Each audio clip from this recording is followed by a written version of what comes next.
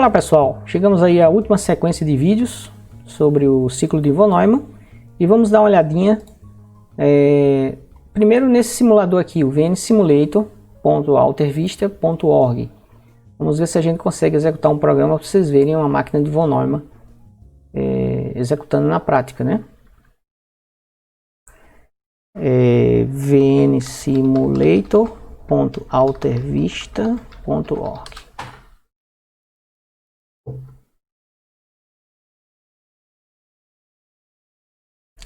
Se ele não aparecer assim todo bonitinho para vocês, aparecerem os menus aqui todo com um monte de abre e fecha chaves duplas, abrindo e fechando, vocês vão aqui em Setting e escolhem a linguagem como English, né? Ou as que vocês preferirem, espanhol, italiano, alemão. Vamos colocar aqui English e dar Apply. Aí a interface se organiza, tá? Ela fica assim desse jeito. Como eu já fiz uma vez aqui no meu navegador, tá tudo bonitinho. Mas a princípio ele aparece todo doido aí. Então a primeira coisa que a gente vai fazer, vai aqui em Guide, para a gente entender qual é o conjunto de instruções dessa máquina, né? Você vê aqui que tem várias instruções, né? Tem load com hashtag, tem store, jump 0, jump para uma determinada célula, ou seja, ele vai para uma determinada posição de memória se o valor no acumulador for 0. E esse aqui é um desvio incondicional. Vá para a posição, a célula de memória no endereço tal, certo? Nope significa nenhuma operação. Por incrível que pareça, existe uma operação que a execução dela é não fazer nada. Você busca essa instrução, decodifica, descobre que é um nope, e o que é que você faz nela na fase de execução? Nada. Por incrível que pareça, alguns programas precisam ter uma instrução desse tipo aí, com um nope. Por exemplo, às vezes você não coloca nada dentro de um then e colocar alguma coisa dentro do else. Então, o conteúdo do then, na hora que ele transforma em código de máquina, é um nope. Não faça nada, certo? E aí você tem também operações mais complexas aqui, como multiplicação e divisão, né? Você tem dois tipos de subtração, você tem dois tipos de desvio, você tem a operação halt, a operação não faça nada, operação preguiçosa, e você tem essas loads aqui, ó. Aqui você tem algumas variáveis pré-definidas, você pode definir mais variáveis. Nesse caso aqui ele define um array, ó, posição T0, T1, T2 do array, mas a princípio você só tem essas três variáveis, x, y e z, certo? Então a gente pode escrever um programa aqui que seria, vamos ver aqui de novo o guide dele. Se eu quiser fazer, por exemplo, um store, sete um valor de uma variável x, né? Então eu tenho que passar o endereço dessa variável, ou célula, né? No caso aqui o nome da variável, eu não vou usar endereços, veja que ele não tem números de endereços, tem nomes de variáveis. Então store x,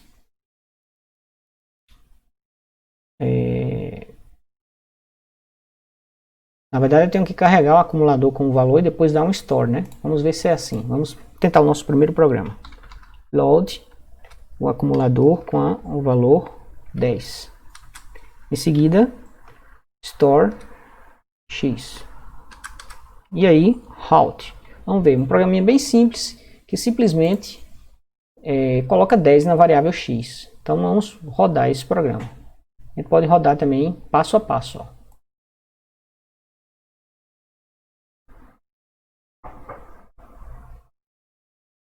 Sintaxe na linha 2. Ele não reconheceu esse store aqui.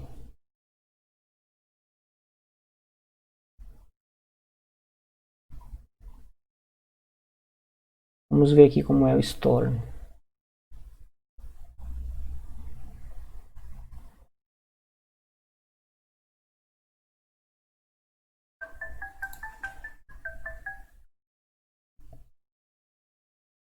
Bom, o PC está na posição 0, né?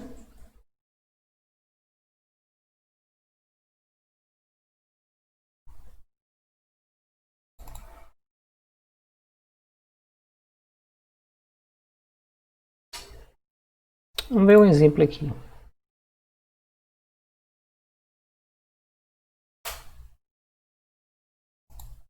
Pronto. Tem alguns exemplos aqui já prontos, né? O exemplo é x mais y é igual a Z, ou seja, eu vou jogar em Z o resultado de x e y. Ele setou o valor de x e y aqui já com algum valor, tá? Você pode fazer isso também, ó.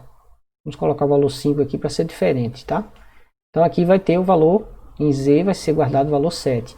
Então load x, ou seja, carregue no acumulador o valor de x, adicione y, vai adicionar o valor de y ao acumulador, depois store z, ou seja, armazene o resultado que tiver no acumulador na variável z. Tá? Então vamos executar o primeiro passo desse programa. Veja que o PC está na posição 0. Posição 0 é um comentário. Então ele vai buscar o comentário, ó, o comentário gera a instrução NOP, vocês viram? Toda vez que tem um comentário, ele gera a instrução NOP. E o PC agora passou a ter o valor 1, então ele vai buscar agora, a próxima instrução é 1. Ó. Vamos rodar o ciclo de von Neumann de busca, decodificação e execução dessa instrução. Então load x significa dizer que o acumulador que está aqui, ó, vai receber o valor de x que está aqui. Vamos até aumentar o valor de x aqui para 6. Vamos ver que o resultado dá 11. Vamos lá?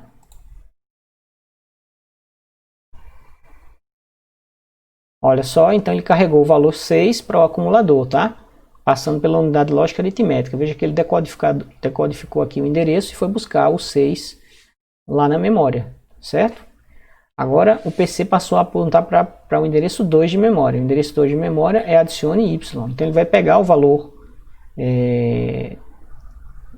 do acumulador e adicionar com o valor do y. Então ele vai carregar o valor do y na unidade lógica aritmética, vai carregar o acumulador na unidade lógica aritmética, vai somar e o resultado vai continuar sendo guardado no acumulador. Vamos dar uma olhada? Então a gente vai executar a posição 2 de memória, que é ADDY. Ó. ADDY. Então ele carregou o valor de y aqui na unidade lógica aritmética, somou com o resultado que tinha no acumulador, que era 6, e deu 11, certo? E o PC foi para 3, que agora é store em Z, quer dizer, guarda o resultado do acumulador em Z. Então a gente vai clicar aqui em single step e vocês vão ver, ó, ele endereçando a posição Z de memória e guardando o valor 11 na posição Z, né, que a gente não sabe cujo endereço é. E o PC agora foi para 4, o 4 é o route. Beleza? Vamos ver mais um exemplo aqui.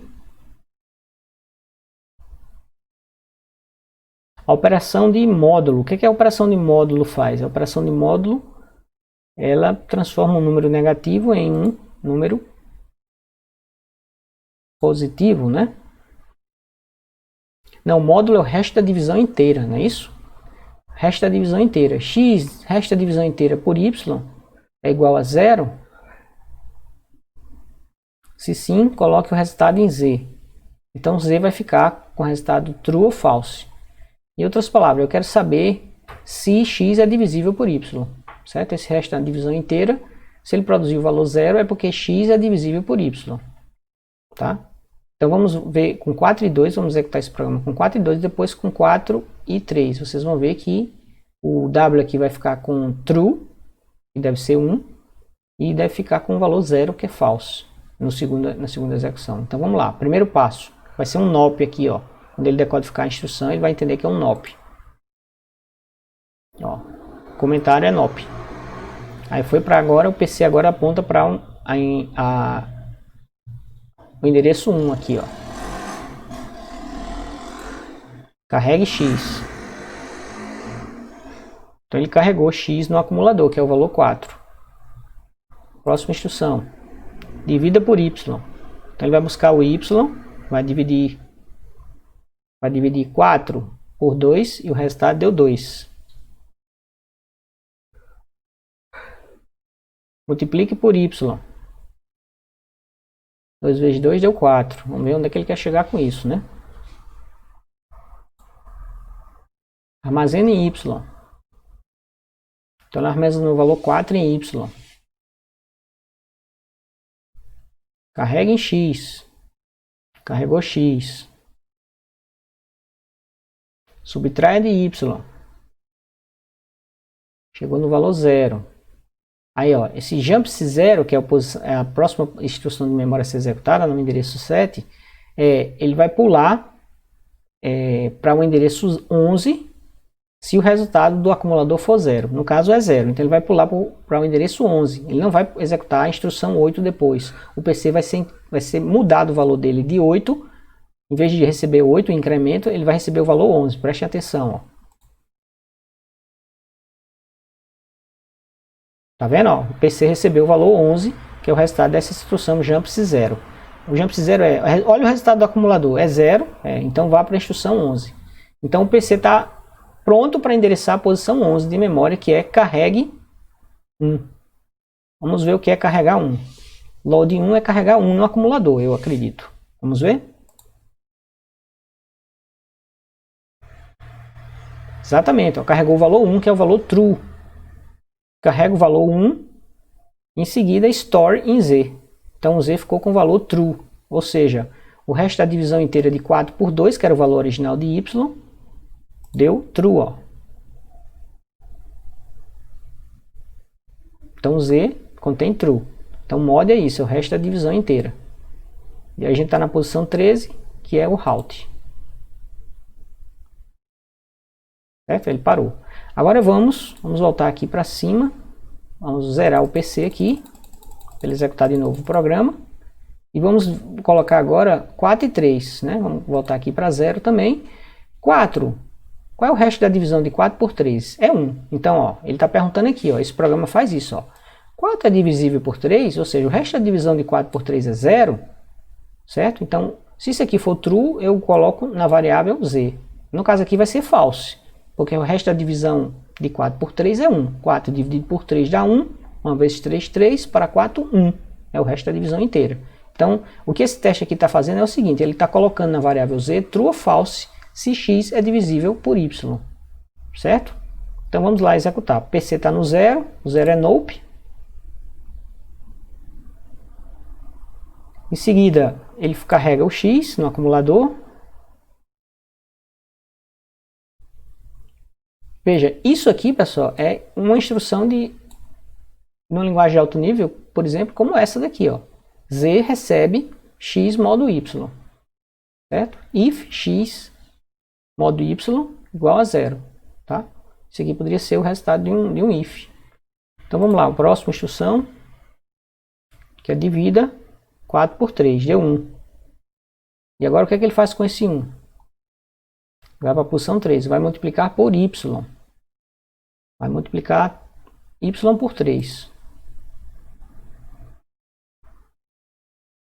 Que dá 3. E ele vai armazenar no y, quer ver? Ele vai carregar o y, vai carregar o x. Pegar o x, que é 4.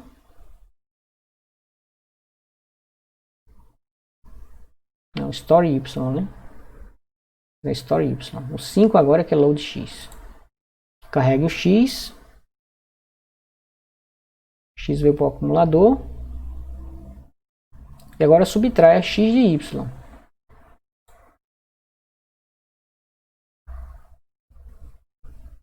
X de y deu 1. Certo? Aí jump-se 0, mas não é 0. Então o acumulador, ó, foi para o valor 8. Antes ele tinha pulado aqui para o valor 11, porque o acumulador era 0, certo? O resto da divisão inteira deu 0. Agora o resto da divisão inteira não deu 0, deu 1. Então ele continuou o fluxo normal de decodificação da próxima instrução, que nesse caso aqui era 8. Nós estávamos na 7, né? Jump-se 0. Jump para 11, para a posição de memória é 11, se 0. Mas o acumulador não é 0, é 1. Então ele continua na posição 8. O PC só foi incrementado. Então vamos ver o que é que vai acontecer agora.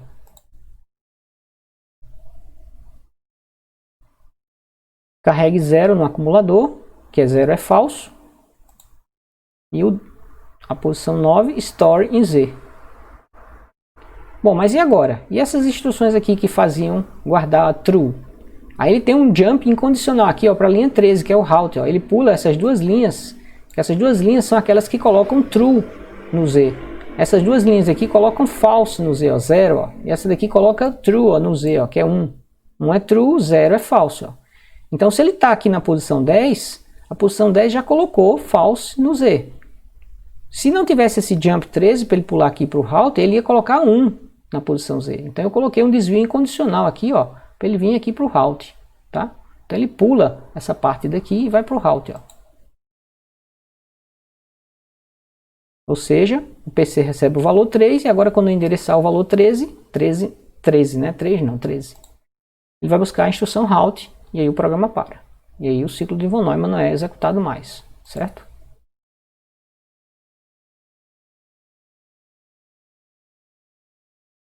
Ó, tá vendo, ó? As instruções depois da 13 só carregam o NOP, é como se não tivesse nada aqui, NOP, não faça mais nada. Perfeito? Então, falso.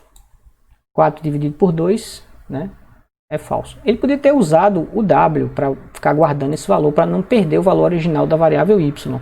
Eu teria usado a variável W aqui, certo? Existem outros exemplos aqui. Um exemplo para calcular a raiz quadrada. Vamos ver só o tamanho desse exemplo, tá? Vou deixar como exercício aí. Olha, bem mais complexo. Então, muitas vezes, o algoritmo em linguagem de máquina, você tem que pensar em termos de código de máquina e não em código de alto nível. Então, se um algoritmo em código de alto nível, quando a gente está aprendendo introdução à programação, é uma coisa difícil, né? Às vezes a gente demora um certo tempo para cair a ficha de como algoritmizar, como transformar um problema numa sequência de passos executáveis e finitos. Em linguagem de máquina é ainda mais difícil, porque as instruções de máquina elas são instruções muito básicas. Então você tem que ficar jogando como aquele programa anterior, do módulo. Pensar em coisas como essa. Ó. Bom, aqui eu tenho uma parte válida do programa e aqui eu tenho outra. Como é que eu faço para quando eu executar essa, não executar essa daqui também? Então a solução dele, essa daqui, né? Então essa parte válida, que guarda true, false, no Z, e essa parte válida que guarda true no Z. Como é que eu faço para não executar essa quando eu executar essa daqui? Então ele teve que dar um jump, um desvio incondicional para a posição 13, que é onde está o comando de fim do programa, comando route.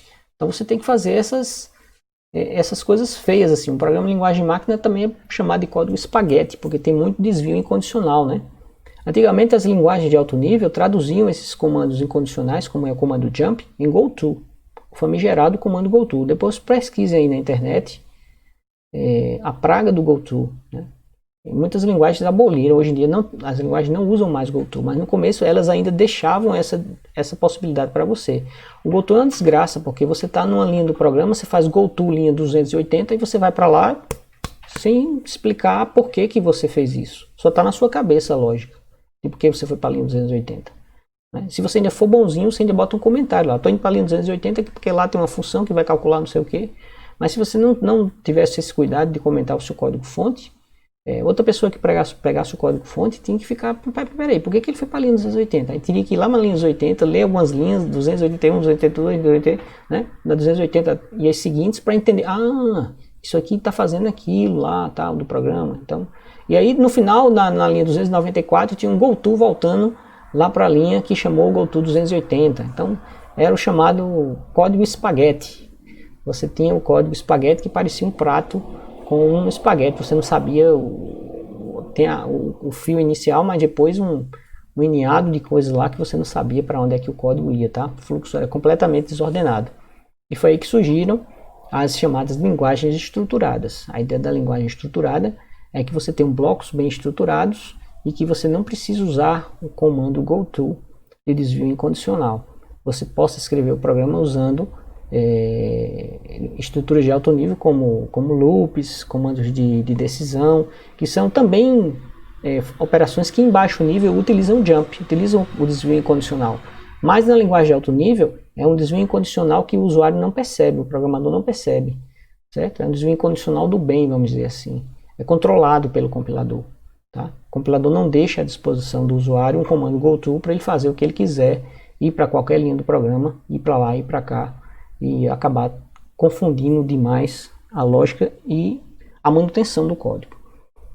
Para vocês terem uma ideia, 5 a 10% do tempo de um sistema é gasto para desenvolver o sistema. Os outros 80% e 90% é manutenção. É o sistema em produção e você acrescentando melhorias ou corrigindo bugs. Então pense bem, você vai fazer um sistema, você vai gastar 5% do tempo de vida dele ou menos para desenvolver o sistema, dependendo do tamanho do sistema, né? E o restante é tudo manutenção. Ou seja, você vai passar um bom tempo casado com aquele sistema, dando manutenção a ele para ganhar o seu dinheiro, tá certo? Seja numa empresa privada, seja numa empresa pública, o seu trabalho vai ser, na maioria das vezes, dar manutenção em sistema que você escreveu. Reze para que a manutenção seja em sistemas que você escreveu, porque você pode pegar programas escritos por outras pessoas que não são tão cuidadosas assim, tão caprichosas, que não leram livros de boas práticas de programação, de bons padrões de projeto, e aí vão escrever códigos horríveis de dar manutenção, tá? Então existe até o princípio da manutenibilidade, que eu não sei nem se essa palavra existe em português, e consiste justamente nisso, escrever um código que seja fácil de ler e entender para que você faça as manutenções evolutivas ou corretivas necessárias ao longo da vida do sistema. Eu ia mostrar também o simulador Johnny, mas eu gostei demais desse aqui, já é uma boa ideia, já passa uma boa ideia de uma máquina de von Neumann, né? Vocês podem aí se divertir agora, dando uma olhada aqui nas instruções, dando uma olhada nos samples. Existem vários exemplos aqui, ó, de subtração. Ó. Apesar dele ter uma operação de subtração, você pode escrever, ele usa a operação sub, não gostei não, devia ser uma coisa maior, mais interessante. Vamos ver esse greater than. Esse greater than descobre se um número é maior do que o outro, então ele está fazendo essa operação, ó. Vai jogar na variável z true ou false, se x for maior que y, certo? Então, nesse caso aqui, ele vai jogar 1, tá? Se já der 1, vamos rodar aqui total, a gente vai ver, acho que se eu clicar aqui, ele executa o programa sem interrupções, aqui vai passo a passo, tá? Então, se eu clicar aqui, ele vai executar ininterruptamente, e no final aqui, 3 e 2, 3 é maior que 2, então z vai conter o valor 1, certo? Vamos ver?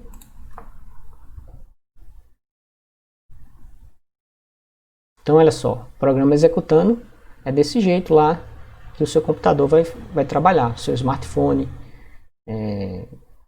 seu smartwatch, computador embutido no seu carro, plaquinha controladora do robô. Tudo que tiver uma unidade central de processamento vai seguir essa arquitetura e esse ciclo de von Neumann. Tá? Programa armazenado em memória, dados e programas armazenados em memória, e o ciclo de busca, decodificação e execução de instruções, certo? De forma sequencial. A menos que tenha um jump incondicional aí, né? Veja que ele está usando um algoritmo de máquina aí para fazer essa operação. Se x é maior que y.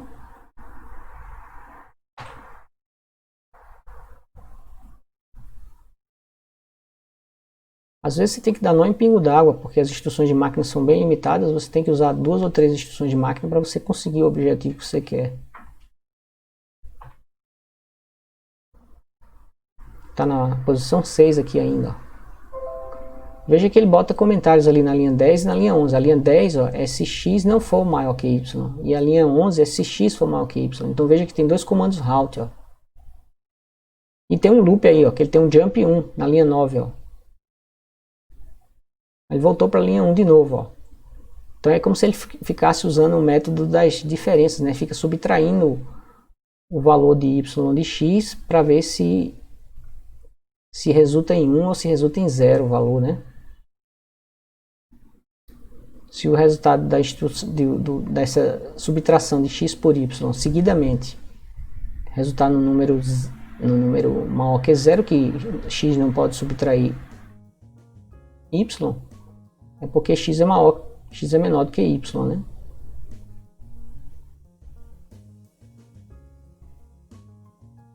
Olha aí, então realmente x era maior que y, era 4 e 2. Agora vamos ver o contrário.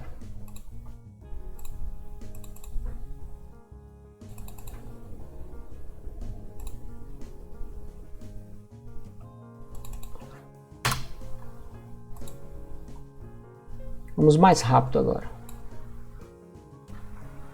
Vamos turbinar agora a nossa CPU.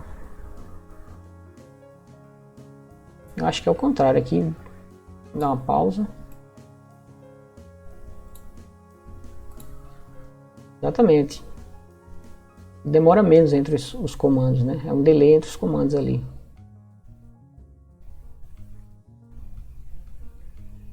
Então imagine um programa como um joguinho bem complexo, com um monte de cena gráfica tendo que ser renderizada, né?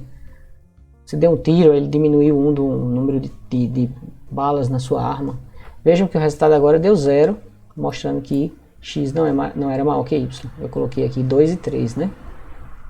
Ok? Então, pessoal, ficamos por aqui. Vocês têm a opção aí de brincar com a máquina de von Neumann online. Muito legal essa máquina. É até melhor do que a anterior, que eles tiraram do ar.